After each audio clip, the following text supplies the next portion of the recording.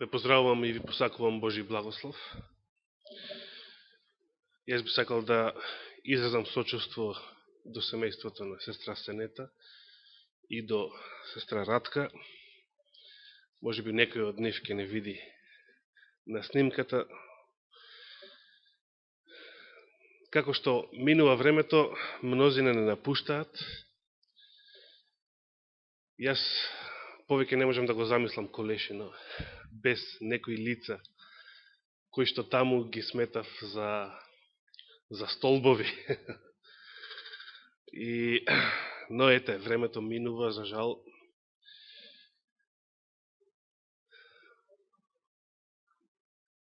Да, секако, значи има нов изглед, со други зборови. Не е она Колешино што го знаевме од минатиот век. Но и ние се движиме секогаш само напред, низ времето, и тоа напред еден ден ќе заврши со Господовото доаѓање. Затоа, како што не повикува самиот Господ, токму преку Евангелието на Лука, кога ќе ги гледаме знаците на времето што се исполнуваат насекаде околу нас, што треба да направиме? Подигнете ги вашите глави, затоа што се приближува вашето избавување. Тоа навистина треба да ни биде мисла која што ќе не храбри и теши во овие тешки денови, бидејќи овие последни денови се навистина тешки, а знаеме дека доаѓаат уште потешки, но само во Господа може да се биде се посреќен и порадосен, наспроти сето она што се случува наоколу. Затоа ви упатувам посебен саботен благослов денес, бидејќи денес е полна месечина. А пред 2 саботи, кога почнуваше пролетта со брат Дехран, беше младата месечина, се сеќавате. Што се случи при младата месечина, пред нешто повеќе сега од 2 седмици? Кој астрономски настан се случува при млада месечина? При млада месечина се случува оно што се нарекува затемнување на сонцето. Природно затемнување на сонцето. Оваа снимка е од пред, 2 дена пред саботата во која што брат Дехран ни послужи. Само во млада месечина се случува затемнување на сонцето. Црниот диск кој што го покрива сонцето е што? Месечината. Тогаш кога месечината се наоѓа помеѓу сонцето и земјата, може да се случи природно затемнување на сонцето. Оно што е интересно во врска со ова затемнување е тоа што се случува како најава за пасхалниот месец. Пред да започне првиот месец според библискиот календар. Инаку затемнување на сонцето имало од секој пат, и луѓето од секој пат биле свесни за овој феномен, меѓутоа мнозина сметаат дека представува знак на времето ако се случи на почетокот на пасхалниот месец, во врска со Господовите празници од Стариот Завет. Некои астрономи тврдат дека на есен оваа година, на почетокот на 7-миот месец, месецот во кој што се наоѓаат есенските празници, ќе има повторно вакво затемнување на сонцето. Всушност, не знам какво ќе биде тоа, но тие го нарекуваат нешто што досега не било, така наречено тотално затемнување на сонцето. Како ќе биде, не знаеме. Што ќе биде, не знаеме. Меѓутоа, не беше толку мојата намера да зборувам за затемнувањето на сонцето. Ќе зборуваме за еден друг знак. Дали природното затемнување на сонцето представува знак на времето. Што мислите? Зошто не? Добро, значи, само по себе, рековме, е феномен, што од секогаш бил познат на луѓето, но некои сметаат дека ако се совпадне со почетокот на првиот или седмиот месец, како што тврдат за оваа година, месеците во кои што се случуваат господовите празници од Стариот Завет, мнозина тоа го сметаат како еден интересен посебен знак. Но, зошто природното затемнување на Сонцето не е знакот на времето за кое што зборува Библијата? Ајде на почеток да прочитаме што ни кажува Светото Писмо на оваа тема. Каде Светото Писмо зборува за астрономски знаци на времето? Што пишува таму? Да отвориме. Брат Данило не упатува кон Матеј 24 глава.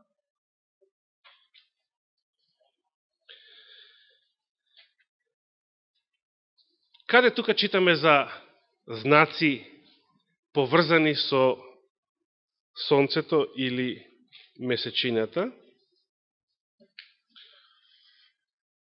Во кои стихови?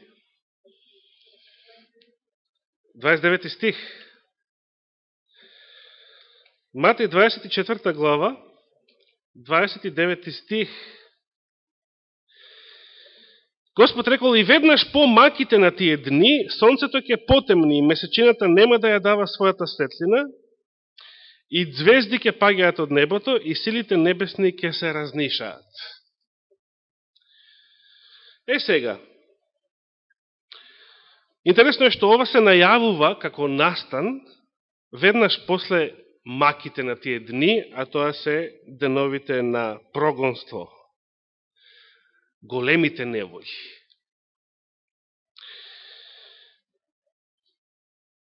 Сонцето ќе потемни. Дали Господ најавува природно затемнување на Сонцето? Според тоа, дали се најавува и природен феномен кога месечината нема да ја дава својата светлина? Кога месечината не ја дава својата светлина? Кога месечината не се гледа? Кога се наоѓа помеѓу Сонцето и Земјата. Значи, кога за време на млада месечина. Тогаш месечината не се гледа. Кога месечината се гледа најубаво, целосно. При полна месечина, спротивно. Значи, овој викенд е полна месечина и денес е токму 15, се извинувам, Нисан, или еврејскиот празник, Пасха, првиот ден од бесквасни лебови. Дали некој од вас случајно синоќа ја видел полната месечина? Да? Ме интересира каква боја имаше месечината.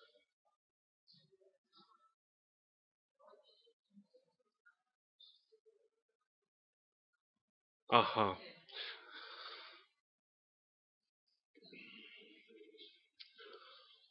Значи, дали некој од вас ја видел ноќе, полната месечина, после заоѓањето на Сонцето? Каква боја имаше, ме интересира. Не се кеја. Ова чисто ме прашува, ме интересира, бидејќи јас синоќа не можев да ја видам. Добро, добро. За вечер. За вечер се најавува дека ќе биде црвена. Добро, да.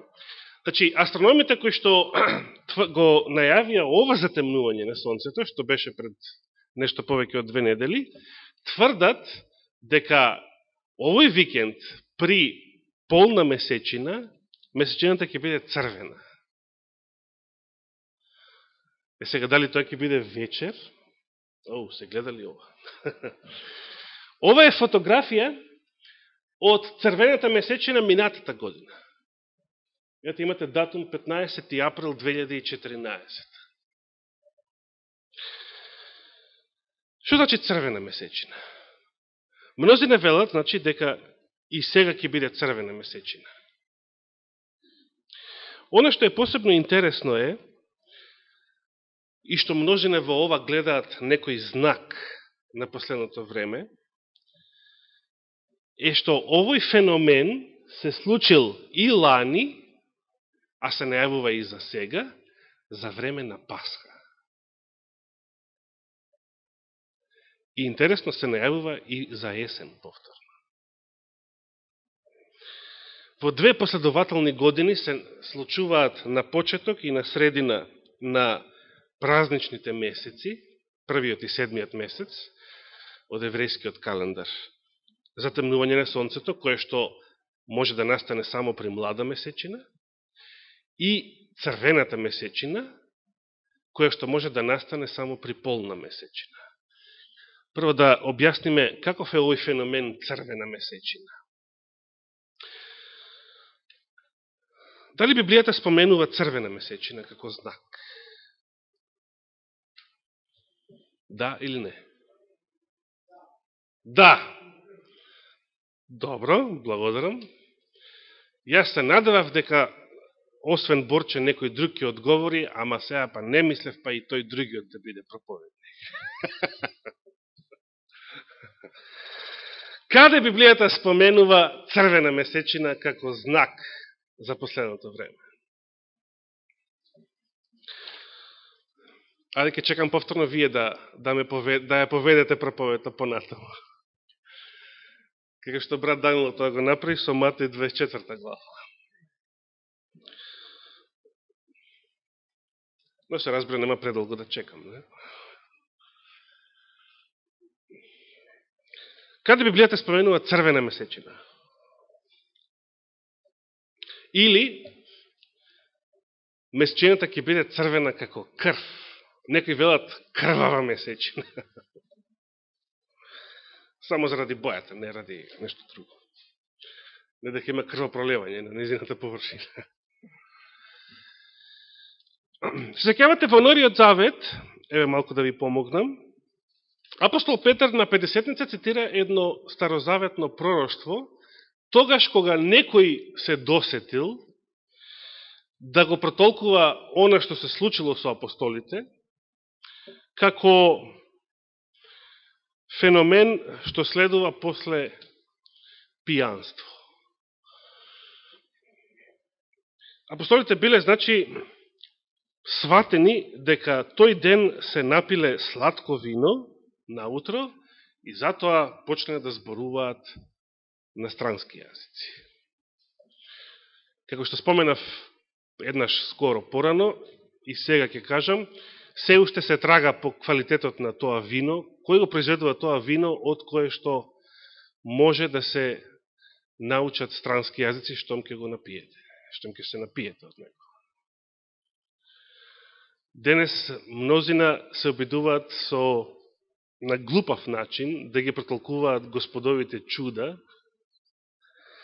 само затоа што немаат попаметен начин, за да го објаснат тој феномен. На кое толкување го даде апостол Петар? И на кое пророштво се повикал за тоа толкување? Значи, 50-ница се опишува од страна на доктор Лука во Дела, 2 глава, така? И во Дела 2 глава, кое пророштво од Стариот Завет го цитира апостол Петар?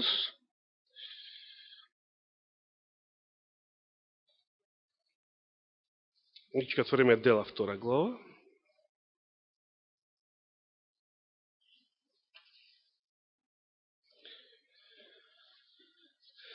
И читаме, значи, 13-тиот стих е тој, каде што, а други, подсмевајки се, велеа, се напиле со сладко вино. Значи, ова бил, така да речеме, атеистичкиот начин на објаснување на феноменот. Продолжам понатаму. Тогаш Петар стана со 11-те, го подигна гласот свој и им рече: луѓе јудејци и вие сите што живеете во Ерусалим, знаете го ова и внимателно слушајте ги моите зборови. Овие луѓе не се пијани како што мислите вие, а се разбира од пијанство не се стекнува способност за зборување на странски јазици. Може би ќе се заборава, најчесто се заборава оној јазик што знаете да го зборувате најдобро. Кога е човек пијан, не го зборува добро оној јазик кој што најдобро го зборува инаку. Значи, тоа е многу лесно да се покаже дека објаснувањето што го даваат непријателите или подсмевачите на Евангелието овдека е глупаво, многу глупаво.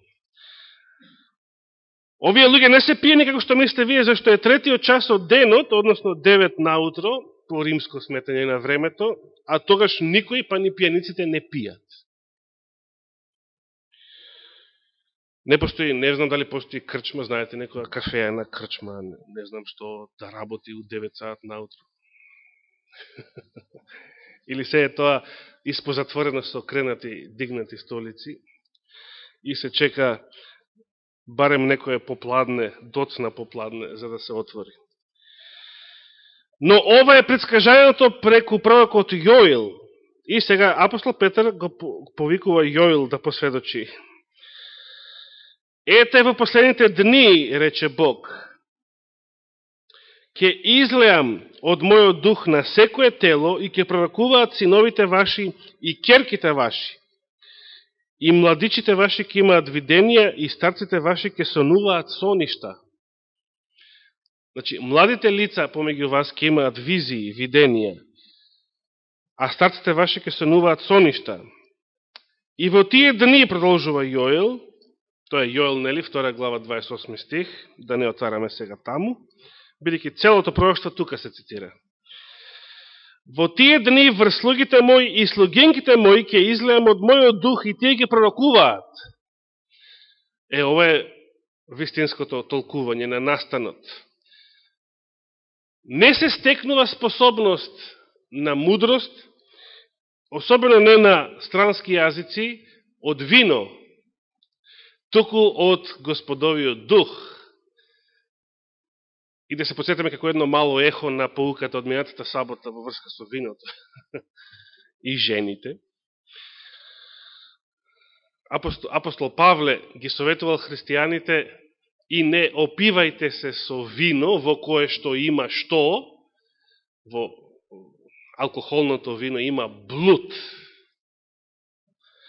Туку исполнувајте се со дух, сосем спротивното. Со кој дух? Со светиот дух се разбира. Затоа што алкохолните пијалаци се сите духови, ги викаат духови. Духови, пневмата, спирит, особено жестоките пијалаци, сите се тие духови. Но тие, ниту еден од нив не е светиот дух. Тие се поинакви духови. Исполнувате се со дух. Апостолите биле исполнати со дух. И затоа пророкувале дури и на јазици кои што дотогаш не ги зборувале. И сега апостол Петар продолжува и го цитира целото пророштво и ги цитира астрономските знаци од Јоил. И ќе покажам чудеса на небесата и знаци долу на земјата, крв и оган и чад. Сонцето ќе се претвори во темнина, а месечината во крв. И тоа уште пред да настапи големиот и славен ден Господов. И тогаш секој што ќе го повика името Господово ќе се спаси. Не е докажано, меѓутоа некои тврдат дека и за време на Христовата смрт, на таа Пасха, месечината била крвава, односно црвена како крв. Меѓутоа, тука постои дебата околу точната година на Христовата смрт. Се разбира, Борче го спомена пророштвото од 70 седмици и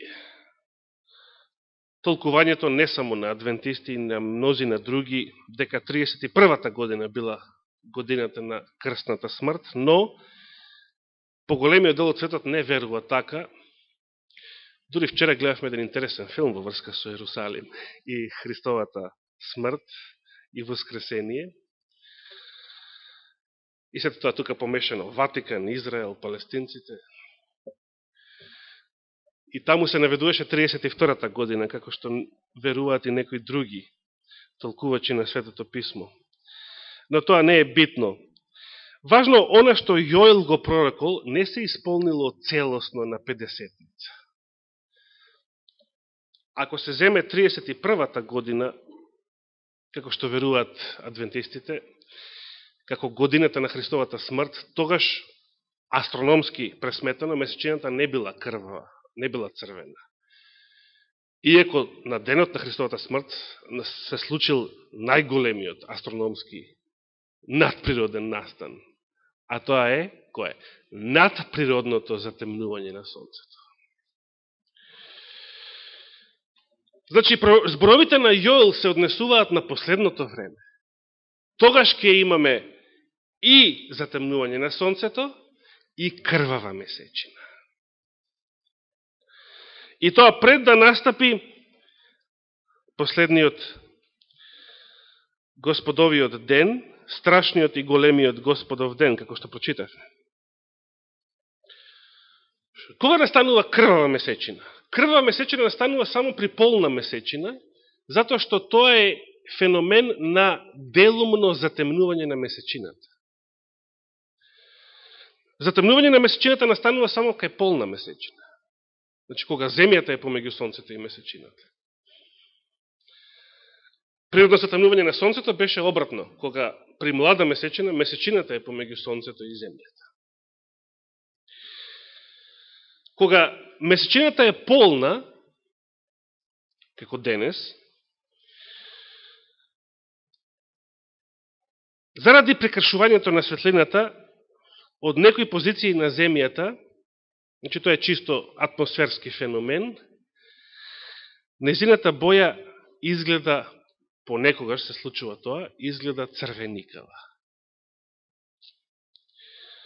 Не мора да е сосем скроз црвена, некаде изгледа како жолто-црвеникава,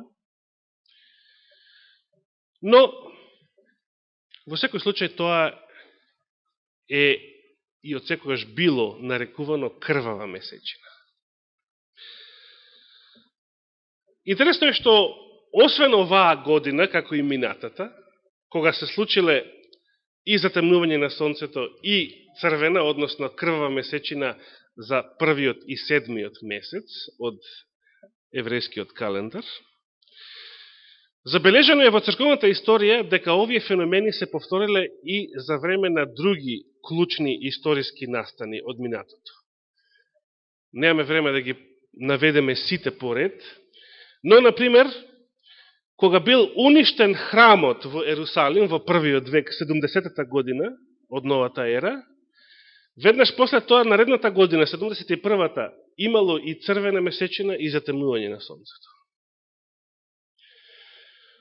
Еве, гледаме, наведени се и затемнувањето на Сонцето од пред 2 недели, и крвавата месечина наводно најавена за вечер, астрономите тоа го тврдат, ќе видиме. Да видиме вечер каква месечина ќе имаме. Би сакал да видиме и да дадеме извештај под.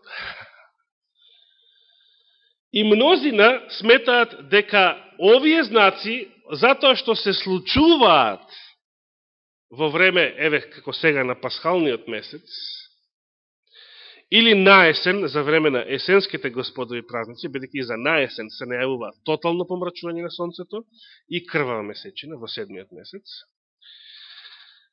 имаат врска со последните настани. Мнозина тоа го тврдат и го сметаат. Дали ќе биде така или нема да биде, останува да видиме. Мене ми е посебно интересно што сето ова се зборува и сето ова се случува во време кога многу засилија гласовите за Трета светска војна и за глобален хаос на планетава. Интересно е што сето тоа се сега за сега само гласови, иако локални војни веќе има. Од 45-та година наваму не постои една година без мир било каде на планетава. Па и војната во Украина е таква, не е нешто повеќе од тоа, но Мнозина ја сметаа токму неа за вовет во поголем, поглобален судир, термонуклеарна војна. Мене од една страна ме радуваат вакви информации, бидејќи се исполнува Божјото Слово, а од друга страна воопшто не се плашам од такви информации. Затоа што истото тоа Божјо Слово ми дава таков мир и таква сигурност. Деновиве, еве ќе ви пренесам и тоа, бидејќи е за мене фрапантна информација. Американскиот дисидентски новинар Алекс Джонс, кој што зборува против новиот светски поредок, против глобализацијата, светскиот заговор и така натаму, и кој што ден на ден раскринкува еден куп работи во врска со пред се американската влада, но и поглобално, објави една фрапантна информација деновиве на интернет. Наводно, еден советник, стручен советник на рускиот претседател, по име Константин Сивков,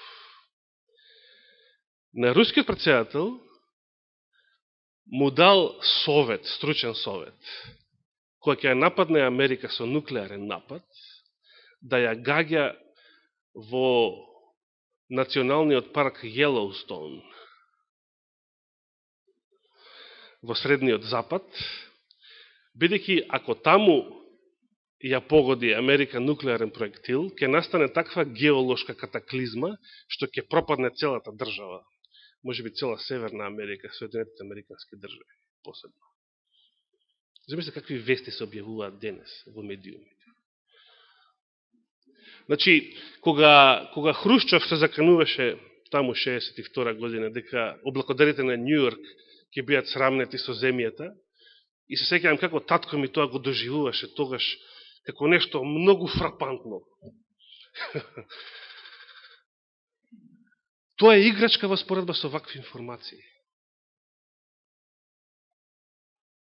Живееме во време кога светот се наоѓа на работ на катаклизма,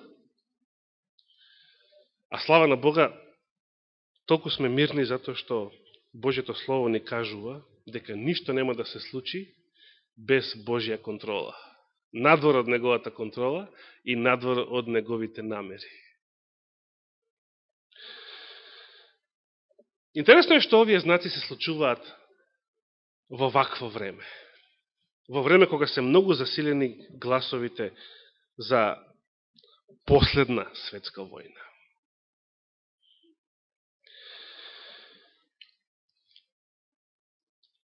Но јас би сакал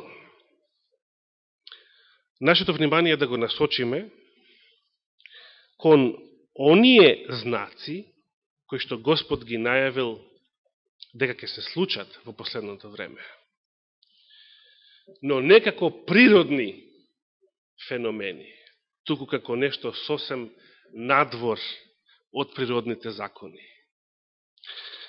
Да се навратиме, кое и какво затемнување на сонцето се случило на денот на Христовата смрт? Дали се случило природно затемнување на сонцето? Зошто не се случило природно затемнување на сонцето? Значи, одговорот е точен. Токму така. Точен одговор, Мимица. Затоа што, може уште с петата слика само да, ова е, ова е малку жолтеникаво црвена боја. Значи, крвавата месечина се случува при полна месечина природно и тоа е делумно затемнување на месечината. Дали вечер ќе биде делумно затемната месечината, останува да видиме. Но така на астрономите најавуваат. Кога се случува природно затемнување на сонцето? Да се подсетиме. Кога месечината е помеѓу сонцето и земјата, значи при млада месечина. Кога, на кој ден била Христовата смрт? Мимице?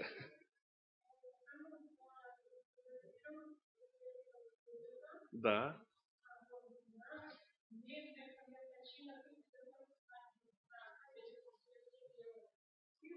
Да.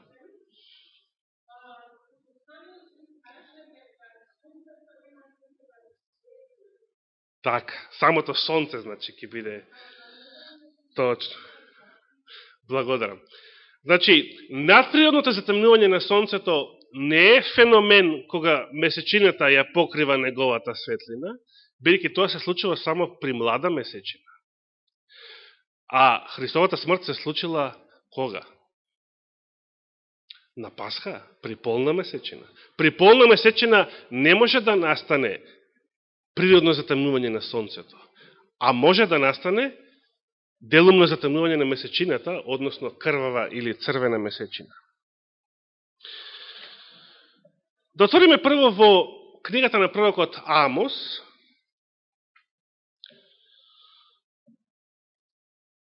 и да видиме што прво Господ најавил дека ќе се случи, а што се случило на денот на Христовата смрт.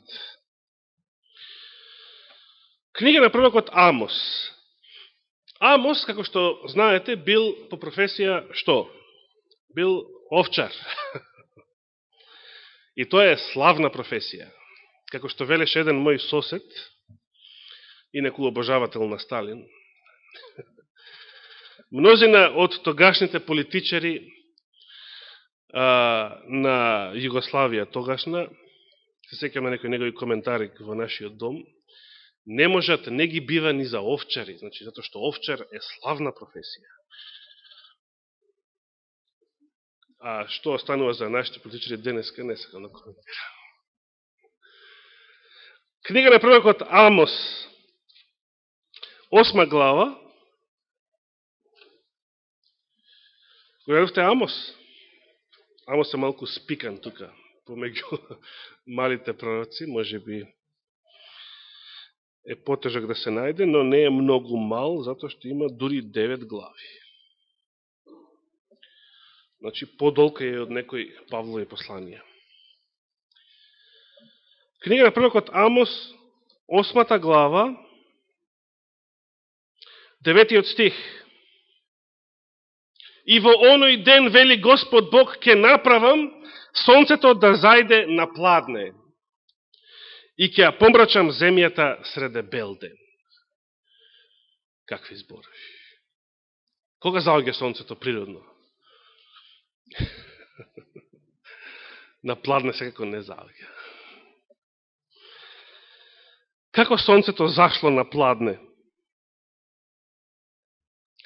Во историјата на израелскиот народ веќе се случиле вакви феномени. Го споменавме примерот со Езекија и тоа што он го поборал и за што ќе продолжиме следната сабота. Ако даде Господ живот и здравие.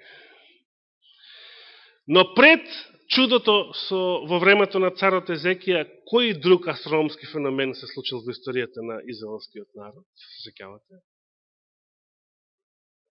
Битката на Исус Навин со паганските војски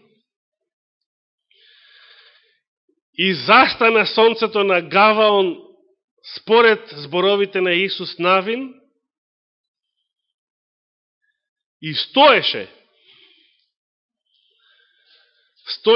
среде небо цел ден, се вели таму, 18 часа, велат некои, цели 18 часа, било повеќе, вишок ден. Тоа навистина било нешто фрапантно. Историјата бележи дека во тоа време се случила една инвазија на така наречени морски народи од запад, бидејќи кај нив пак било за цели 18 часа повеќе ноќ. Сонцето не им изгревало, утрото не им доаѓало. И тие почнеа да го гонат сонцето, да го гонат утрото, односно масовна инвазија на исток. Во времето на Исус Навин се случило ова прво големо фрапантно астрономско чудо, кое што никако не можело да се објасни, а кое што е историски докажено дека се случило и според записите и на кинезите, и на старите вавилонци, иначе тоа докажено е и од надвор од Библијата, од вон библиски извори дека се случило такво чудо. Што ни кажуваат Евангелијата во врска со ова Амосово пророштво? Еве да отвориме кај Лука, баш. Бидејќи Лука не е актуелен. Значи, Евангелие според Лука, што се случило на денот на Христовата смрт?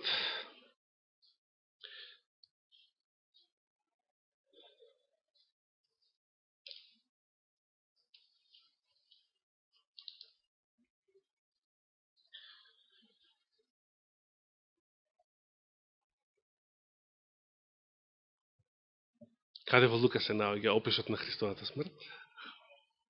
23 глава, благодарам. 44 стих. Дали сме таму? Лука вели, користејќи го еврејското сметање на времето, а во дела го користи римското, беше веќе околу 6-тиот час. Што значи 6-тиот час по еврејски? Пладне. 6 плюс 6, 12. По римски 12. Значи беше околу пладне и настана мрак по целата земја до 9-тиот час. До кога? До 3 попладне, односно до времето, терминот на вечерната жртва. Христос бил закован на крст. Кога? Во 3-тиот час наутро или 9 по наше, кога бил терминот на утринската жртва. А кога испуштил дух, кога конечно умрел, 3-тиот час попладне, 6 часа подоцна, во терминот на вечерната жртва. Помеѓу нив било пладне, кога настанал надприроден мрак по целата земја. Во описот на вековите се вели дека темината била толку густа, што не се гледал ни прст пред око.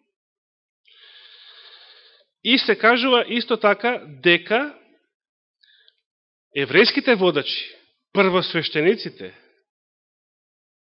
и книжевниците толку се исплашија од овој надприроден мрак, бидејќи тие многу добро знаеле дека ова не е природно затемнување на сонцето.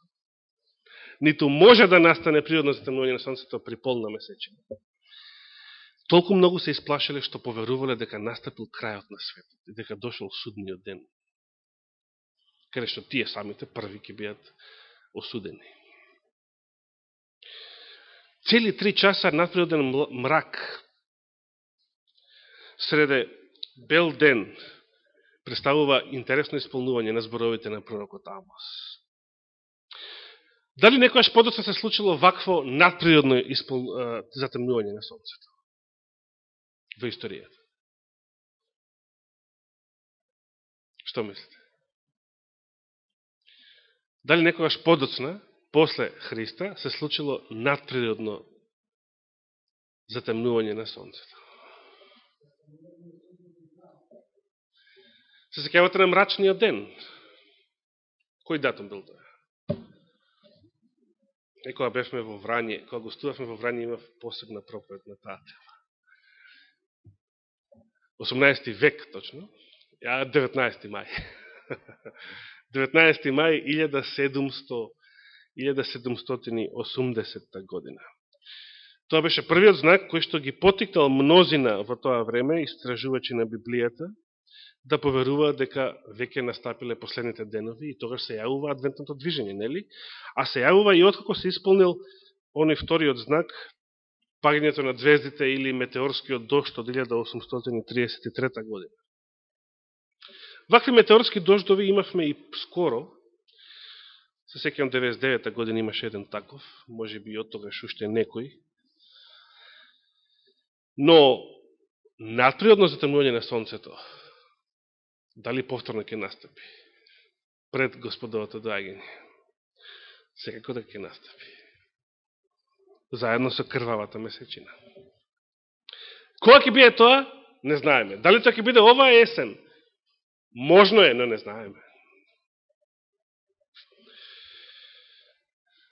Би сакал да за крај да завршам со еден фрапантен цитат од големата борба. 40 глава под наслов Божиот народ ослободен. Божиот народ слободен. Ке прочитаме еден пасус на 663-та страница од нашиот превод, 663-та страница. Големата борба.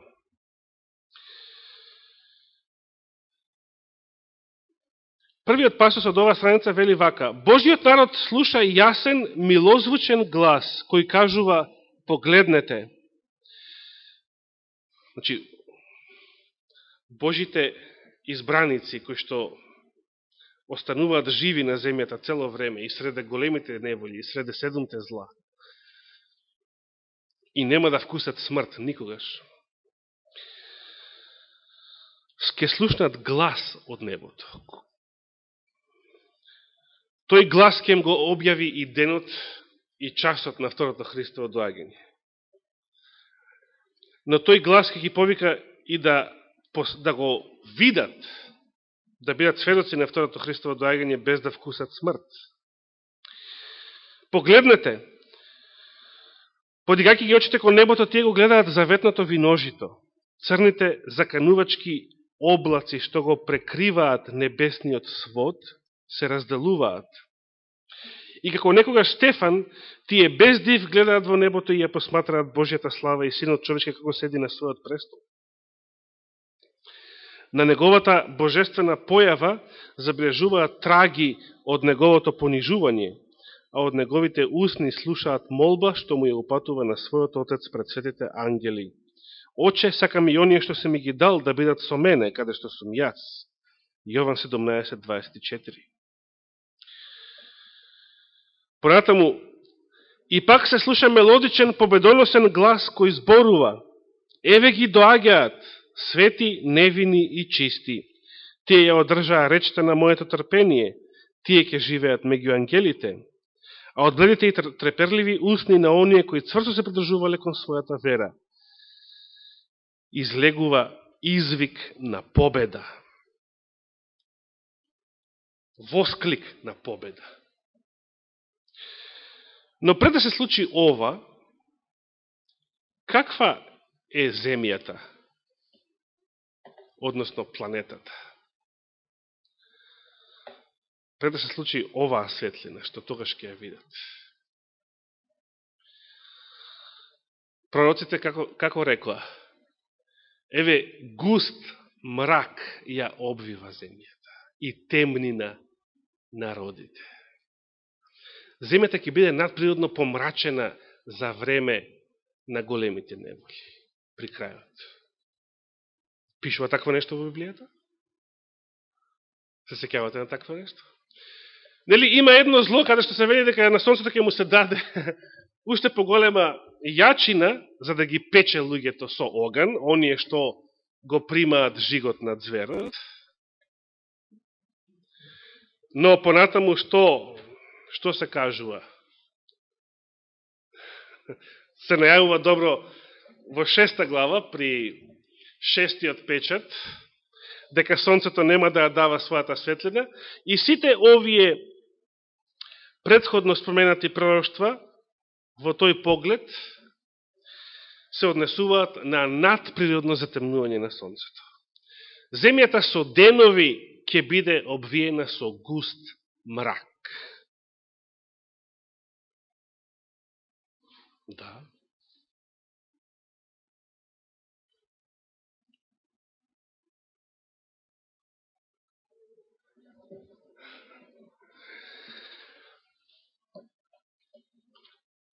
Па видите сега, во буквален смисол сигурно ќе биде. Во духовен смисол исто така е сигурно, затоа што светот денеска е духовно во мрак, од секојаш бил. Единствената светла точка во овој свет е кој? Сите оние кои што се праведни и верни на Господа. Но времето на големите неволи е време на катаклизми кои што никогаш не се случиле во историјата на светот. Например, во големата борба се вели: во природата се чини дека се излегло надвор од својот ред. Реките престануваат да течат, се искачуваат и се содруваат тешки и мрачни облаци. И сега, оно што е интересно е, на почетокот на вториот пасус од 663 страница, се вели, точно е полнок, каде ќе биде полнок, дали над Ерусалим? Точно е полнок кога Бог ја открива својата моќ да го ослободи својот народ. Природно, кога е полнок? Полнок е спротивно од пладне. Пладне значи половина ден. Зборот пладне значи пол ден. Видоизменето. Полнок значи половина ног, среден ног. Што имаме природно на пладне?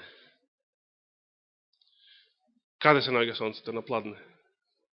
Највисоко, на средината на небото. Каде се наоѓа сонцето на полнок? Во спротивната страна, во Хаваите. Значи, на полнок имаме се, само не сонце. Може да имаме полна месечина, но не сонце. Што ќе направи Господ пред да го ослободи својот народ точно на полнок? Спротивното од оно што го прорекол Амос, дека сонцето ќе зајде на пладне. Точно е полнок кога Бог ја открива својата моќ да го ослободи својот народ. Сонцето се појавува во сиот свој сјај. Како е можно сонце да се појави на полнок? Така пишува големата борба.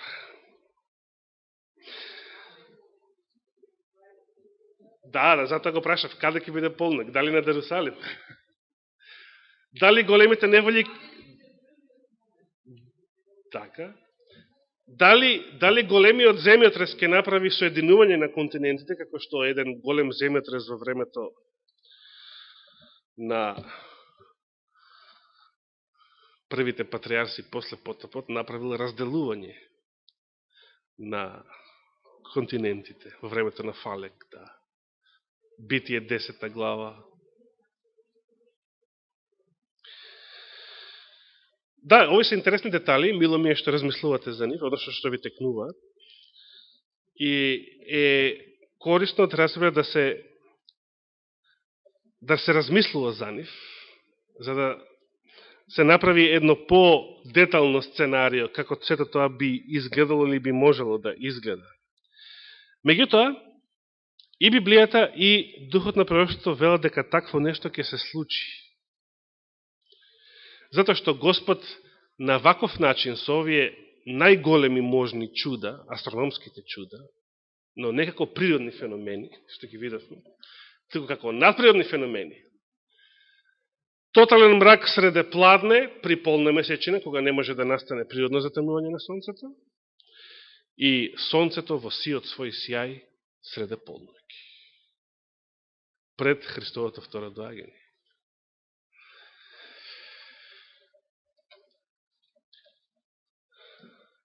Србите како велат? Живи били па видели. Но постои еден начин на кој што може да се биде жив во тоа време, а сведок на тие настани, а без страф од ништо.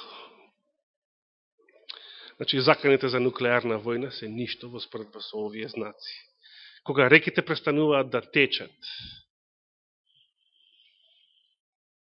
како тоа би изгледало, например, Вардар, како би изгледал ако престане да тече? Како бара? Како ќе изгледа Скопје тогаш? Дали се запрашаме? Како ќе изгледа овој крај, ова околина овдека наша? Единствен начин да се биде жив, а да се биде сведок на овие настани е да се има Божиот печат.